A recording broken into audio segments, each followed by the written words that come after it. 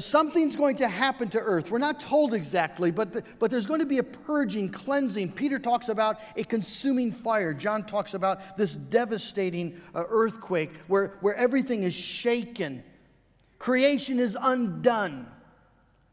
Because Jesus, the Creator, now in all of His glory, in all of His righteousness and might, appears to judge the world. And the experience will be utterly, absolutely terrifying for the citizens of this world. If you've ever been in an earthquake, it's a very unnerving experience as the ground beneath you starts to move. What do you run to? What do you hold to when terra firma isn't firma, right? When it's shaking and rolling, and it's very unnerving. Now combine that with the sky being ripped open and Jesus in all of His glory and surrounded by His holy angels descends. What will people experience at that moment? Well, we're told in verse 15.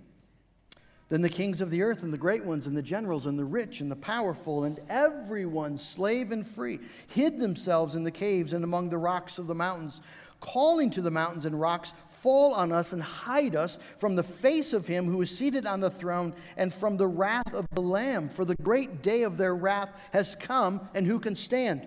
On that day, all social distinctions will vanish. Rock stars and famous athletes and heads of state and Wall Street titans are going to be reduced and find themselves like every other person in the world to the lowest of the low, fleeing from the wrath of Jesus. It's the wrath of the Lamb that has terrified them as Jesus comes in all of His glory. In an earthquake, the natural instinct is to escape from things that can fall on you. If you're in a building, then the instinct is to get outside. Notice here, the instinct in this earthquake is to run into caves and to run towards the falling rocks. Now, what in the world would induce people to flee to the mountain as it crumbles, to flee into the cave as the earthquake is shaking everything? Why would you want to be crushed by falling rocks? Because death is preferable in their minds than to stand and face the wrath of King Jesus. But death will not be able to hide them. People have a sense that once they die, it's done, it's over. No more accountability. That's why so many people take their life when they're caught. So Hitler takes his life.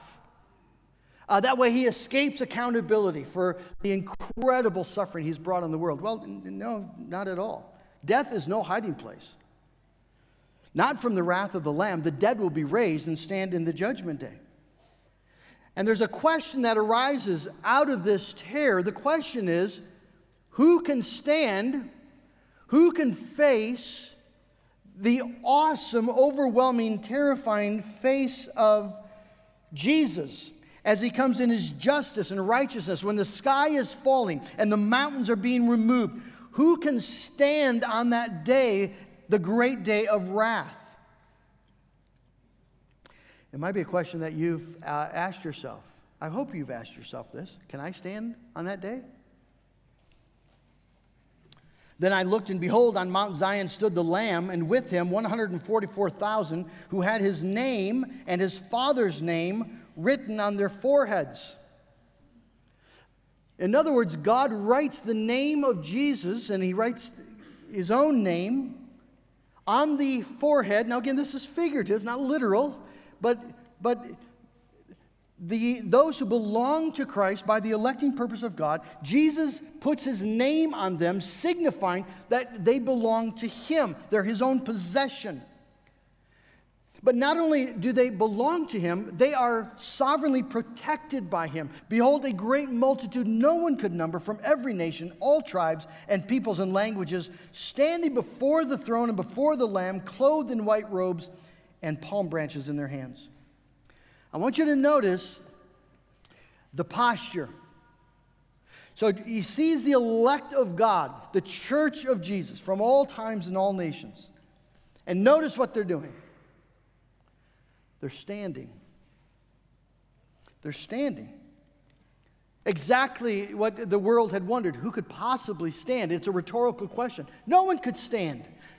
No normal, no person, no mere human can stand in the presence of this mighty, holy God. And yet Jesus says, oh, yes, they can. Who can stand? These can stand. Those who are claimed by Him, known by Him, protected by Him. Not only do they stand, they sing. They're not running in fear. They are rejoicing in the presence of God. And in this glorious, thunderous unison, notice with one voice, all these people from all these nations and languages, with one voice, they cry out, salvation belongs to our God who sits on the throne and to the Lamb. You see, it's just such a simple and yet such an essential point. How can these people stand? Are they not sinners? Of course they're sinners. There's no one who does good. No, not even one. Well, how can these people then not run in terror when the judge appears? And the answer is because the judge has saved them.